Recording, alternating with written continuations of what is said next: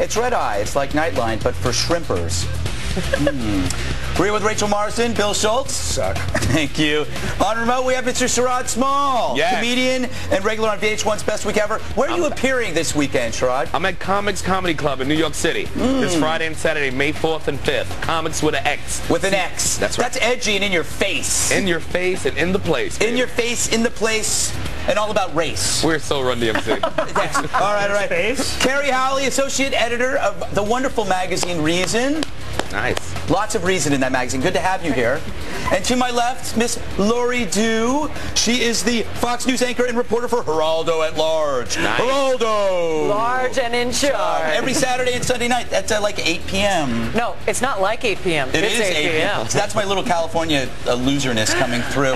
But many people don't know this. Laurie Dhue was voted Best Anchor by Stuff Magazine in 2002. Nice. Wow. Yes. Let me see Thank the you photos. very much. Yes, yes, you should see the photos. Anyway, speaking of photos, let's move to this David Hasslehoff thing. Courtesy of Extra, they've released this horrible, but hilarious tape of him going through a tragic intervention on the floor of a hotel room with his daughter. Let's just roll the damn thing. Dad, you need to promise me you're not going to get alcohol tonight, okay? What? You need to promise me you're not going to get alcohol tonight. Why? Okay? Oh. Because if you get alcohol tonight, you're fired from your show tomorrow. And the doctor is coming over here in the morning to check your alcohol level. And if you have any alcohol in your system, you're going to be fired from the show. Tomorrow. You hear me? No alcohol. Okay. That's just, Wow. it's so sad, but yet so funny. Wow. And Sherrod, I got to ask you, what really angers me about this video is that he's a complete drunk, but he's still in amazing shape. He's in great shape. He's an Adonis. Let's not kid ourselves here. But first of all, I'm just shocked that his daughter, first of all, Alec Baldwin is somewhere so happy right now. Yes. Alec Baldwin is calling his daughter on the phone right now. But it's true. It's like, Laurie, every week we get a new celebrity flame out. We had Imus, we had Alec Baldwin, and then we had, what's her face with the hair? This isn't a huge surprise because sadly the Hoff has had his fair share of problems when it comes to booze. That's when true. I see that tape, I feel sorry for him, but it also reminds me of a bad episode of Baywatch. Yes. It's like Baywatch gone terribly wrong. Greg, if anybody can drink and not get in trouble, it's David Hasslehoff.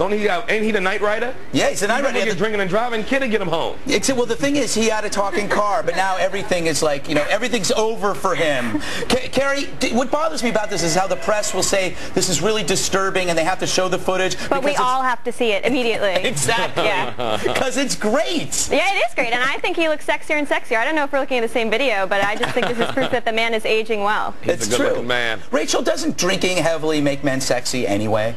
Well, I don't know about that, but he has a really big fan base in Germany, and as little as he said in that video, I swear they're going to translate it into German, and he'll sound like Albert Einstein, like he's doing nuclear fusion. They can put a drum and a guitar behind it. It's going to be the #1 song in Germany.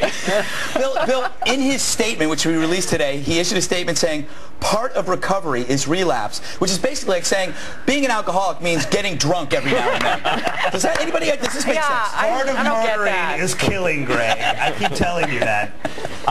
Yeah, I mean, it's sort of an excuse for him to continue his lifestyle, and I resemble that statement. Yes, I think you do, especially got a that whole bunch of horrible, videos like horrible jacket. Did you just mug like a real estate agent or something? No, he won the Masters. Yeah, he That's won the what I Masters. earlier. By the way, that's the 8th Masters reference today. Well, sorry, it's only my You ain't my first. master. You ain't my master. I gotta say, I feel sorry for him. I mean, this guy's the brunt of so many jokes. So many.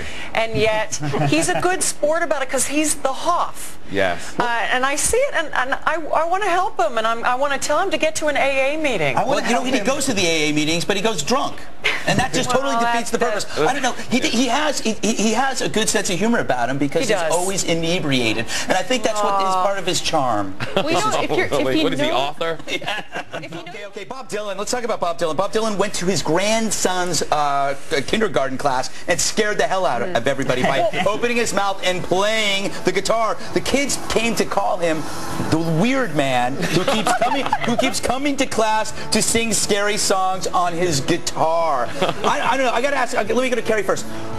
I must be the only guy in my 40s that doesn't understand Bob Dylan. What is it about? He is scary. He is a very scary-looking man. He looks like the mummified corpse of Vincent Price. Like, I would be scared, too. I would also run screaming. Wow. Laurie, were you a fan of Bob Dylan?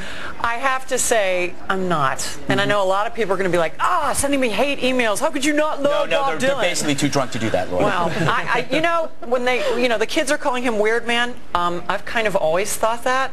So why wouldn't a little kid think that? Unless you can't even understand what he's saying. Can you imagine if it was a sing-along, how that would go? First of all, Sherrod, I want to ask you, you know what's interesting about this is that he is a grandfather, and the problem with rock stars is that they are incapable of looking like grandparents because they look like old ladies. First of all, you know, look at him. That's a if that was your grandfather, you would be, well, very depressed. You can't do this to little kids, man. 5-year-old kids can't take this kind of shock and awe. Yeah, exactly. They used to seeing people like Barney with a guitar. Yes, exactly. They can't.